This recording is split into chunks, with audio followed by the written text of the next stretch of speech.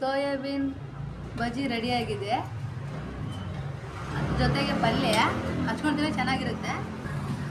ಚಪಾತಿನೂ ಚೆನ್ನಾಗಿರುತ್ತೆ ಹಚ್ಕೊಂಡು ತಿನ್ನೋಕ್ಕೆ. ಇವಾಗ ಅದಕ್ಕೆ ಸ್ವಲ್ಪ ಈರುಳ್ಳಿನ ಹಾಕೊಳ್ಳೋಣ.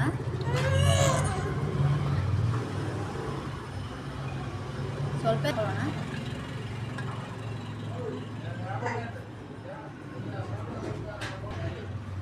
ಕೊತ್ತಂಬರಿ ಸೊಪ್ಪು ಹಾಕೊಳ್ಳೋಣ. ಸೋಯಾಬೀನ್ ಬಜ್ಜಿ ಮಾಡ್ತಾಯಿದ್ದೀನಿ. ಮೊದಲಿಗೆ ಸೋಯಾಬೀನ್ ತೊಳೆದಿಟ್ಕೊಂಡಿದ್ದೀನಿ, ನೆನೆಸ್ಕೊಂಡಿದ್ದೀನಿ ನೋಡಿ. ಈ ಥರ ನೆನೆಸ್ಕೊಳ್ಳಿ. ಆಮೇಲೆ ಇದಕ್ಕೆ ಉಪ್ಪು ಹಾಕೊಳ್ಳೋಣ, ಅರಿಶಿನ ಹಾಕೊಳ್ಳೋಣ. ಸ್ವಲ್ಪ ಹಾಕೊಳ್ಳಿ, ಜಾಸ್ತಿನ ಹಾಕೋಬೇಡಿ. ಖಾರದ ಪುಡಿ ಹಾಕೊಳ್ಳೋಣ, ಸ್ವಲ್ಪ ಹಾಕೊಳ್ಳೋಣ, ಯೋಗಿಸ್ಕೊಳ್ಳೋಣ. ನೀರು ಹಾಕೊಂಡು ಕಲಿಸ್ಕೊಳ್ಳೋಣ ಚೆನ್ನಾಗಿ. ಈ ಥರ ಕಲಸಿಟ್ಕೊಂಡಿದ್ದೀನಿ. ಇವಾಗ ಚೆನ್ನಾಗಿ ಮಿಕ್ಸ್ ಮಾಡ್ಕೊಳ್ಳಿ. ಎಣ್ಣೆನ ಕಾಯಕ್ಕೆ ಇಟ್ಕೊಂಡಿದ್ದೀನಿ.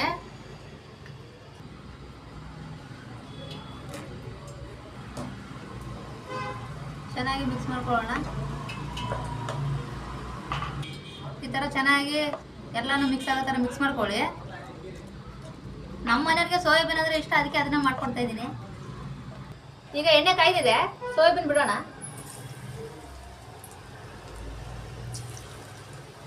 ನೋಡಿ, ಬೇಗ ಆಗುತ್ತೆ, ಮಾಡ್ಕೊಳ್ಳಿ. ನಮ್ಮ ಮನೆಯವ್ರು ಏನಾದ್ರು ಸ್ಪೆಷಲ್ ಮಾಡು ಅಂತಿರ್ತಾರೆ. ಅದಕ್ಕೆ ಏನಾದ್ರು ಒಂದು ಕಂಡಿಡಿಯೋಣ ಅಂದ್ಬಿಟ್ಟು ನಾನೇ ಕಂಡಿಡ್ಬಿಟ್ಟೆ ಸೋಯಾಬೀನ್ ಬಿರಿಯಾನಿ ಮಾಡೋಣ ಅಂತ.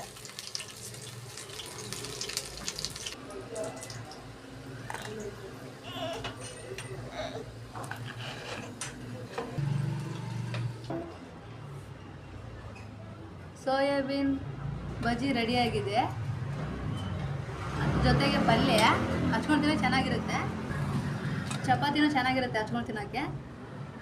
ಇವಾಗ ಅದಕ್ಕೆ ಸ್ವಲ್ಪ ಈರುಳ್ಳಿನ ಹಾಕೊಳ್ಳೋಣ.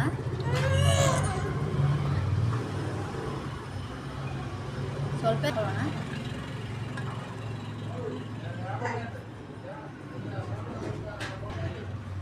ಕೊತ್ತಂಬರಿ ಸೊಪ್ಪು ಹಾಕೊಳ್ಳೋಣ.